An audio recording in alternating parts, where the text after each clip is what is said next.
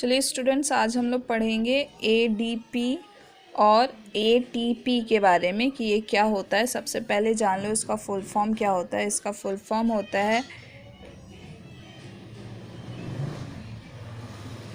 Adenosine die phosphate और adenosine try phosphate. ठीक है, डाई मतलब होता है 2, ट्राई मतलब होता है 3। मतलब इसमें 3 फॉस्फेट होता है और इसमें 2 फॉस्फेट होता है। तो ये एक्चुअली में इसको हम एटीपी या एडीपी साइकिल बोलते हैं। ठीक है, तो ये होता क्या है। अब हमें पता है कि हमारे बॉडी को कुछ भी काम करने के लिए एनर्जी की ज़रूरत होती है।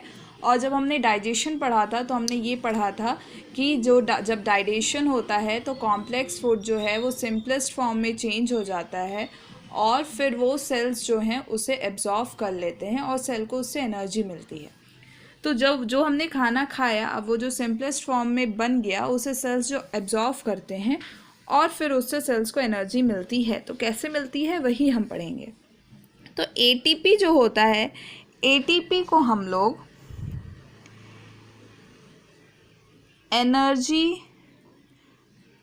करेंसी ऑफ सेल भी बोलते हैं। एटीपी को हम लोग एनर्जी करेंसी सेल भी बोलते हैं। क्यों बोलते हैं? क्योंकि इसी में एनर्जी स्टोर होती है।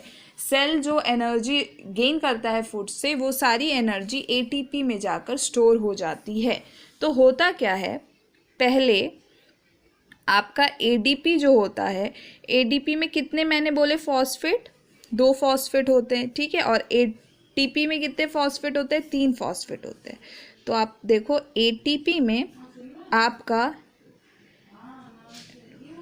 एडेनोसिन तो होता ही है और उसके साथ साथ उसके 3 फॉस्फेट होते हैं। ठीक है, ये जो तीसरा फॉस्फेट है ये थोड़ा सा लूजली कनेक्टेड होता है। हमने केमिस्ट्री में पढ़ा था ना बाउंडिंग के बारे में। तो ये लूजली कनेक्टेड होता है और जब भी सेल को एनर्जी की ज़रूरत होती है तो ये फॉस्फेट निकल करके सेल को दे देता है क्या? एनर्जी। ठीक है, तो सेल को मिल गई एनर्जी। तो अब इसमें से एटीपी में से तो एक फॉस्फेट चला गया ना, तो अब सिर्फ 2 फॉस्फेट बचा ना, तो फिर ये क्या बन गया? एडीपी बन गया, है ना। पहले 3 फॉस्फेट था, अब 3 फॉस्फेट में से एक सेल को एनर्जी चाहिए थी काम करने के लिए, तो उसने एक फॉस्फेट ले लिया जो लूज था, तो वो फॉस्फेट ने सेल को दे दी क्या? एनर्जी दे दी। तो फिर अब एटीपी का एक फॉस्फेट चला गया है तो अब वो बन गया क्या? आपका एडीपी। तो अब बोलोगे तो फिर एडीपी हमेशा एडीपी बना रह जाता है? नहीं, एडीपी फिर से एटीपी बन जाता है, इसलिए तो साइकिल बोलते हैं। तो कैसे बनता है एडीपी फिर से एटीपी? अब ये तो एनर्जी आपने यूज़ कर ली, लेकिन आपका रेस्पिरेशन तो हो ही रहा है ना, आप तो सांस तो ले ही रहे हो, सेलुलर रेस्पिरेशन तो हो ही रहा है।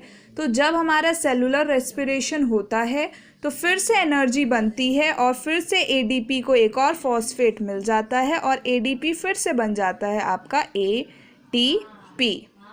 यही साइकिल होती है एटीपी और एडीपी साइकिल। तो पहले क्या हुआ, एटीपी जो रहता है उसमें एनर्जी स्टोर रहती है।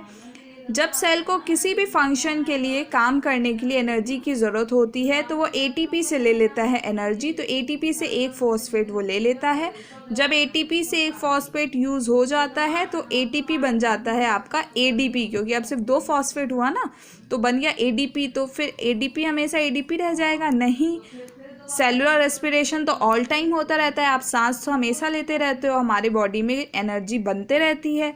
तो फिर से एक फॉस्फेट एडीपी में आकर के जुड़ जाएगा और फिर से एडीपी आपका बन जाएगा एटीपी और फिर से वही प्रोसेस होगा। तो इसलिए ये होता रहता है, इसलिए इसको हम लोग साइक्लिक प्रोसेस बोलते हैं।